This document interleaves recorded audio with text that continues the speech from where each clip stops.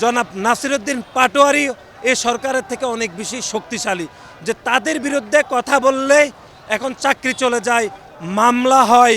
এবং আমাদের তো মনে হচ্ছে যে নাসিরউদ্দিন পাটোয়ারি নিজেকে সমালোচনার জায়গায় দেখতে তিনি বেশি পছন্দ করেন, এই জন্য তিনি এরকম বক্তব্য দিয়েছেন বলে আমাদের মনে হচ্ছে।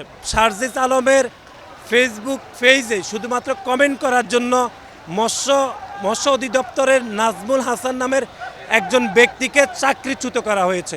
এটি খুবই অপ্রাসঙ্গিক এবং একই সাথে এটি দুঃখজনক যে নাসিরউদ্দিন পাটোয়ারি গণঅভ্যুত্থানের পরে যত বক্তব্য দিয়েছেন ততগুলো বক্তব্য নিয়ে বাংলাদেশের রাজনীতিতে তিনি চরমভাবে সমালোচিত হয়েছেন।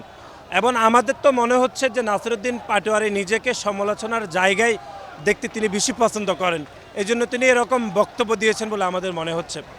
কারণ এই যে নির্বাচন কমিশন গঠিত হয়েছে তখন এই এনসিপির দুইজন উপদেষ্টা যারা ক্যাবিনেটে ছিলেন, এখনও পর্যন্ত দুইজন তারা রয়েছেন।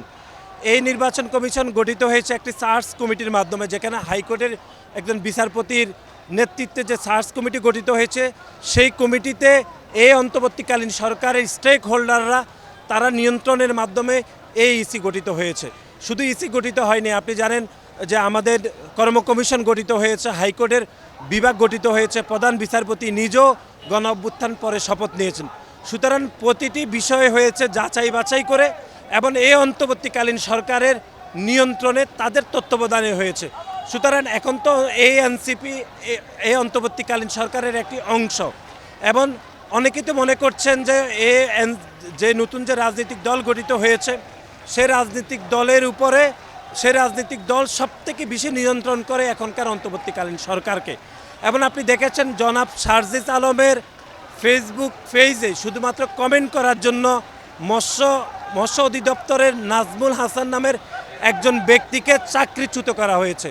শুধুমাত্র চাকরিচ্যুত করা হয়নি, তার নামে বিভাগীয় মামলা করা হয়েছে।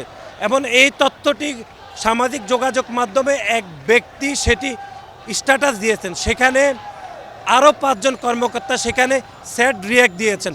কেন স্যাড রিয়াক্ট দিয়েছেন সেই জন্য সে 5 জনকে শোকজ করা হয়েছে। সুতরাং এখন তো আমার মনে হচ্ছে এই অন্তর্বর্তীকালীন সরকারের থেকে অনেক বেশি শক্তিশালী হচ্ছে জনাব শারজিস আলম, জনাব হাসনাত, এবং যিনি অতি কথাবার্তা বলে যিনি সবথেকে বেশি সমালোচনায় থাকতে পছন্দ করেন জনাব নাসিরউদ্দিন পাটোয়ারি এই সরকারের থেকে অনেক বেশি শক্তিশালী, যে তাদের বিরুদ্ধে কথা বললে এখন চাকরি চলে যায়, মামলা হয়, অথবা সেটি প্রতিবাদ করলে হাহা রিয়াক্ট দিলে স্যাড রিয়াক্ট দিলে তাদেরকে শোকজ করা হয়। এরকম একটি ব্যক্তি যখন বলেন যে নির্বাচন কমিশন বিএনপির হয়ে গিয়েছে, এটি খুবই দুঃখজনক আমাদের মনে হচ্ছে। আমি যেটি মনে করছি সেটি হচ্ছে জনাব নাসিরউদ্দিন পাটোয়ারি আসলে কি বলেন কি না বলেন এটি উনি খুব বেশি বুঝতে পারেন না। আমার মনে হচ্ছে তিনি অনেক বেশি সমালোচনায় থাকতে পছন্দ করেন বলেই তিনি এরকম বক্তব্য দিচ্ছেন বলে আমাদের মনে হচ্ছে। কারণ 31 দফা নিয়ে একটি হাইপ উঠেছে, 31 দফা নিয়ে মানুষজনের মধ্যে একটি আলাপ আলোচনা হচ্ছে।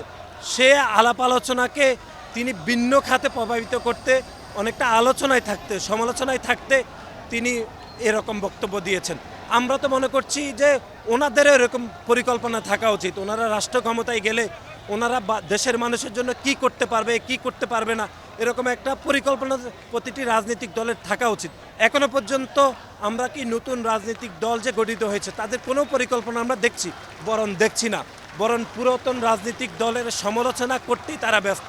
আপনি যখন তাদের সমালোচনা করবেন তখন তারা তাদের দোষ ত্রুটিকে জাস্টিফাই করার জন্য পুরাতন রাজনৈতিক দলের দোষ ত্রুটিকে এনে তাদের দোষ ত্রুটিগুলোকে জাস্টিফাই করে। এটি খুবই দুঃখজনক। আমাদের মনে হচ্ছে ওনার এই বক্তব্য প্রত্যাহার করা উচিত এবং ক্ষমা চেয়ে উনি এই বক্তব্য প্রত্যাহার করা উচিত বলে আমাদের মনে হচ্ছে। ওনাদের যদি ভীষণ 31 দফা থেকে ভালো কোনো পরিকল্পনা থাকে ওনারা জাতির সামনে উপস্থাপন করুক, কেউ তো বাধা দেয়নি। ওনারা বলুক যে আমরা রাষ্ট্র ক্ষমতায় গেলে আমরা এরকম পলিসি গ্রহণ করব, দেশের মানুষের জন্য এই করতে পারবো বা কি করতে পারবে না, ওনারা পলিসি দিতে পারে। কিন্তু আপনি ঢালাওভাবে এরকম বক্তব্য দিতে পারেন না, এটি খুবই দুঃখজনক। এবং জনাব নাসিরউদ্দিন পাটোয়ারি খুবই সমালোচনায় থাকতে পছন্দ করেন বলে সবসময় এরকম বক্তব্য দিয়ে থাকেন বলে আমাদের মনে হয়।